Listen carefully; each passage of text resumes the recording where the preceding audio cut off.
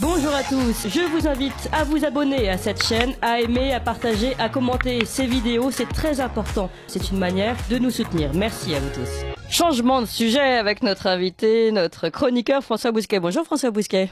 Bonjour Clémence. Vous êtes rédacteur en chef de la revue Éléments, pour ceux qui ne vous connaissent pas, mais qui ne vous connaît pas aujourd'hui, directeur de la Nouvelle Librairie, et vous nous parlez de ce livre qui vient de sortir, Les Dépossédés de Christophe Guilluy. Oui, exact.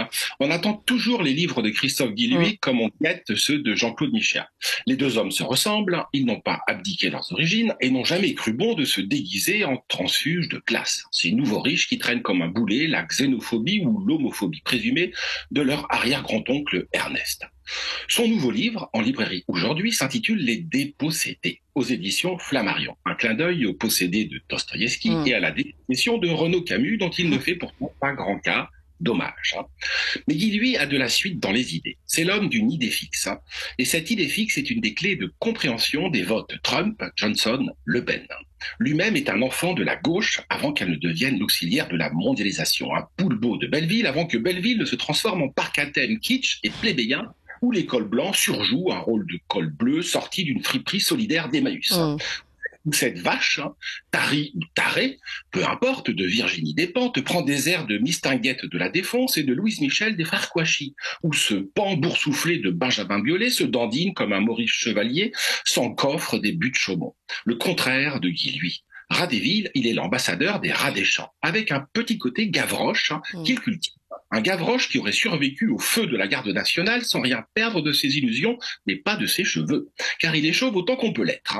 Au cinéma, il pourrait jouer la doublure de Bruce Willis. Il serait alors le John McClane de la France périphérique, et comme Bruce Willis, il interpréterait toujours le même rôle, mais dont on ne se lasserait jamais. Venger les ploucs que nous sommes des bobos et des technos qui les assalent. Jean Sévillat a lancé la mode de l'historiquement incorrect. La spécialité de Guilluy, c'est le géographiquement incorrect. Évidemment, ces messieurs de l'université l'ont banni sur le champ. Rien de nouveau depuis Rabelais et Jacques Lévy en tête, le Trophime Lysenko de la géographie savante. Jacques Lévy est l'archétype du mandarin universitaire qui ne regarde pas la lune, mais le doigt qui montre la lune. Et il le triture dans tous les sens, le doigt, il le tord, il le mord. Mais ce doigt, c'est Christophe Guilluy. Et la lune, c'est la France périphérique, face cachée des représentations médiatiques et universitaires. Comme dans la lettre volée d'Edgar Allan Poe, tout le monde avait le peuple sous les yeux, mais personne ne le voyait. Guilluy, lui, l'a vu. Une France reléguée, invisibilisée, infériorisée, qui se partage les miettes et le mépris. Pour rappel, l'ensemble des grandes métropoles, soit 5% du territoire, produit 50% des richesses.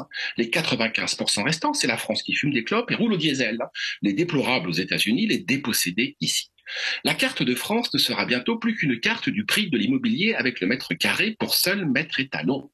Le prix du mètre carré consacre le retour du mouvement des enclosures. Pour ceux qui l'auraient oublié, ce mouvement, les enclosures, a redessiné le visage de la Grande-Bretagne au XVIe et XVIIe siècle en privatisant les terres communales et seigneuriales qui bénéficiaient d'un droit d'usage au profit des paysans et des petites gens. Hier, chassée des campagnes, cette main-d'œuvre servile a grossi les rangs de l'industrie naissante. Aujourd'hui, chassée des villes, elle fournit les cohortes périurbaines de la désindustrialisation. Le scénario se répète partout. Partout les anywhere chassent les somewhere. Et nul besoin d'envoyer la troupe désormais. Les promoteurs immobiliers suffisent. Alors la gentrification et l'airbnbisation sont-elles les deux mamelles de la France d'après ? Celui qui veut comprendre l'effondrement électoral de la gauche doit impérativement lire Guilluy. Même si c'est lui qui a désensablé de fait la France périphérique, le sujet qu'il maîtrise le mieux, c'est la France métropolitaine, celle que Bobo Sapiens, comédien et martyr, a colonisée. Ses livres en dressent la sociologie féroce et réjouissante, son habitat confortable et son habitus conformiste. Le propre des bobos, c'est de se raconter des bobards, de faire semblant d'être ce qu'ils ne sont pas, des artistes, des bohèmes, des révolutionnaires, alors qu'ils appartiennent de plein pied à la classe dominante. À eux, le capital culturel légitime. À la bourgeoisie d'affaires, le capital économique. À eux deux, le pouvoir sur les esprits. Ainsi fonctionne l'alliance des libéraux et des libertaires, dont le capitalisme woke est l'ultime avatar. La société ouverte est une contradiction dans les termes. Elle n'est ouverte que pour ceux qui ont les moyens de la mobilité et fermée pour tous les autres.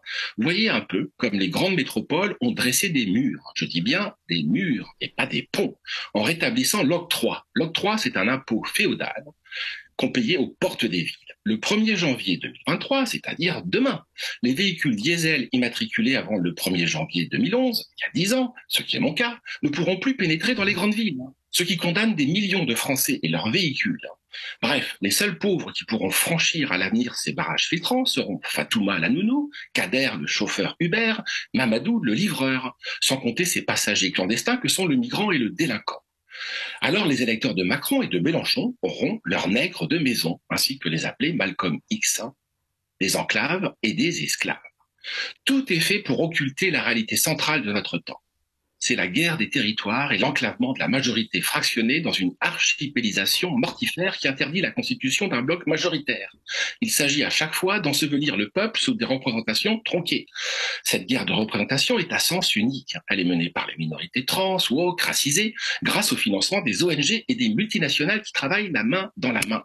Aucun appareil de propagande n'en a jamais eu la puissance de feu, le cinéma, les séries, les médias centraux, l'éducation nationale.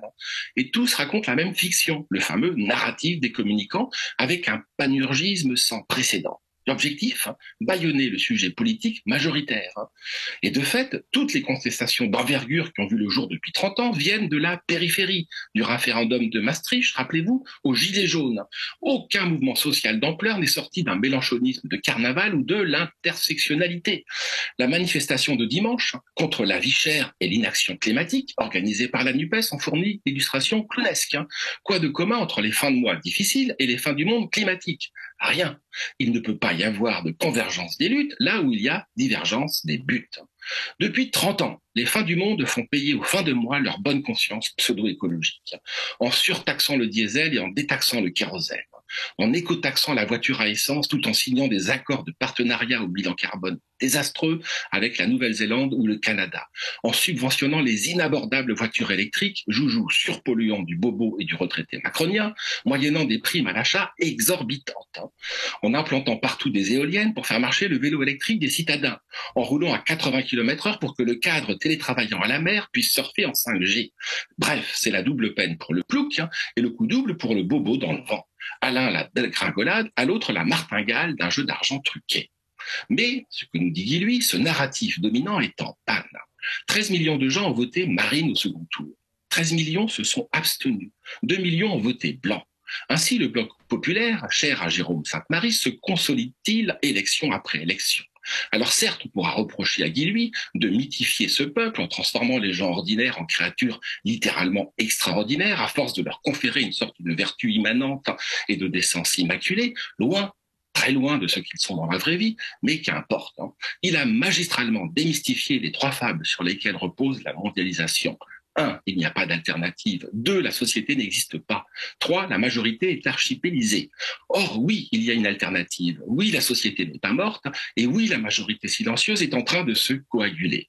Voilà notre espérance pour les années à venir. Et on a connu, vous en conviendrez, chère Clémence, pire perspective. Tout à fait, et merci beaucoup de venir nous annoncer, d'être porteur de bonnes paroles, François Bousquet. Je rappelle que vous êtes rédacteur en chef de la revue Léman également et directeur de la Nouvelle Librairie. Merci beaucoup. Vous appréciez cette émission? Alors aidez Radio Courtoisie à en produire d'autres, en indépendance totale. Rendez-vous sur soutenir.radiocourtoisie.fr. Merci d'avance.